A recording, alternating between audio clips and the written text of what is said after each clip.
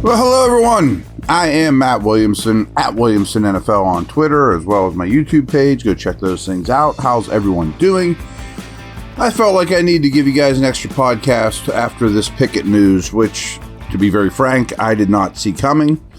I did, and still, I guess, have high hopes for him, but it seems like it's a good situation for him to go elsewhere for his, personal career, as it was for Rudolph, I guess. But I mentioned it on our last podcast that I just found it kind of odd that on the same day, Sam Howell and Desmond Ridder, who are in the same draft class as Pickett, drafted later, of course, but had a lot of starts under their belt for being young players, much like Pickett, got traded the same day, and I just mentioned it on the last podcast. And I found that peculiar. I mentioned it with Pickett. I think I said I don't think it's going to happen to him, but you can see why, because you're a young player that had the building, so to speak. Like, this isn't fantasy football, that it gets to be a strange dynamic when a once starter was told he's not good enough. Now he's in the building still. How do the players view him? How does the quarterback meeting room work? And I think that has a lot to do with what's going on here. That I think the writing's on the wall that Wilson's going to be the starter. Although I thought, to be honest, if it was a fair fight, that Pickett had a chance. I mean, I'm not saying he would have won it, but I thought he had a chance. If the rumors and reports are true, which I tend to think they are, about him not handling the competition well, things like that, and not being up for the challenge, that rubbed me wrong. And by all accounts, I didn't think that's who he was. Because if you're not up for that challenge, this isn't, Wilson with the Jets and Aaron Rodgers shows up that you just give multiple huge picks for. This is a guy that's been struggling, that's trying to resurrect his career, and you don't think you have any chance to beat him out. Then you don't have the confidence and he might not be the guy. You know what I mean? Like, I want my quarterback to attack that challenge, not, I want to get traded. I don't like it, So that part is hard to decipher for me, but it does sure seem like it's the case that he, backed down from a challenge, didn't want the challenge, whatever, however you want to say it. So he's gone. I thought they'd get more in return. I mean, did he have to go? Was it a fire sale? Just get him out of here. Can't have him here no matter what situation. If so, the whole league would know it and you wouldn't get much back. On the other side of things, I do want to talk about the compensation a little bit, where that leaves them. I want to talk about Van Jefferson. I also want to talk about wide receiver options. As it stands right now, the cupboard is quite bare in Steeler land right now for wide receivers, which is pretty important. I'm sure that Omar Khan and company have a plan in place, or at least, a mode to attack this, but it's a little bleak as it stands right this second. That could change any second, of course. BetOnline continues to be your number one source for all your basketball wagering needs, including pro and college hoops. You got March Madness right around the corner. Up-to-minute odds, stats, trends. You can follow your favorite team's path to the playoffs with in-game live betting, contests, and all the best player props. Experience the world's best wagering platform anytime from your desktop or your mobile devices. Head to BetOnline today to become part of the team, and remember to use promo code BELIEVE, BLEAV, for your 50% welcome bonus on your first deposit. BetOnline, the game starts here.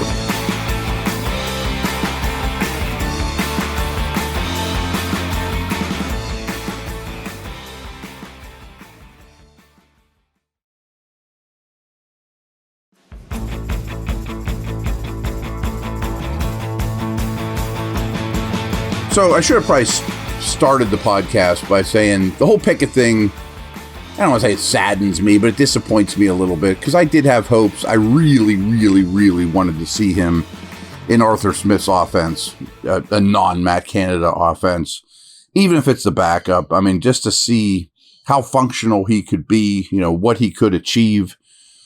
But result-based business, obviously, and this is kind of unbelievable. And I'm not picking on him as he walked out the door, but he threw 13 touchdown passes. I mean, That's half of what Russell Wilson threw last year. And they sat him, Wilson, the last 2 games. Like, got to put the ball in the paint, and he just never did, and I think that's telling. I mentioned Van Jefferson. They signed him since, we talked last. This is not a needle-moving move. I wouldn't even guarantee he makes the team, but there are some things I like about him. His dad is a wide receiver coach, and he is a good technician. He's a very good route runner. He's just not real explosive. You can be a great route runner, but if you don't explode out of your brakes, there's just kind of a ceiling there. He's not a deep threat. Kind of has some Tyler Boyd-like qualities. I know everyone's talk about Tyler Boyd. Maybe we'll talk about that a little bit more too. I'm not thrilled about it, but at the right price, I would consider it. He's probably a wide receiver 4, Jefferson all in all, but you pick him up on the cheap as a little bit of a safety blanket considering the state of your wide receiver position, which is a little up in the air to say the least. I wanted to talk about this too with the Pickett trade. Again, I thought they would get more in compensation, but after the Johnson and Pickett trades, clearly they're doing their best to turn their draft into getting out of day 3, which is terrible in this draft. Round 1 is awesome. Round 2 or day 2 is very, very good.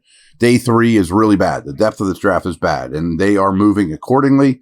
And I also think the teams that they traded with are reluctant to give up, move the opposite direction. I think teams want to do what the Steelers are doing. So as you know, they have the 20th pick in the first round. They got the 51st pick in the second. They now have 2 third-rounders, 84 and 98. They only have 1 fourth-rounder now. They used to have 2, but that's at 119. And then they have nothing in the 5th, nothing in the 7th, and 2 6th, 198, 195. So you have 5 picks in the top 119, 4 in the top 98. It's a good shot. That's good stuff. I'm not saying that this year's draft is going to be as good as last year's, but if it's close, and I understand you don't have the 32nd pick, which turned into Porter, but if you could add 2 or 3 Keanu Benton types, you know what I mean? A Herbig with one of those late thirds, starting something in the first round that has a lot of upside. You could string together 2 really good drafts. That's a franchise-changing move. And I do think that is a huge underlying factor of what's going on with these trades. But it cost you your starting quarterback from last year, who's young, and basically your number 1 wide receiver, to accomplish these things. And I know you got more back, too. You got a corner in the Johnson deal that, by the way, I think they love Jackson. The more homework I do on that, they seem to love this guy. Been wanting them forever, but I told you that before. And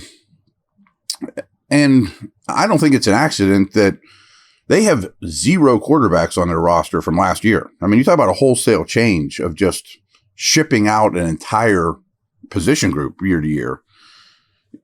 And I kind of get it, I don't blame the quarterbacks for all the faults last year. I think Canada and others had their share to do with it, but talk about cleaning house. That's a real house cleaning.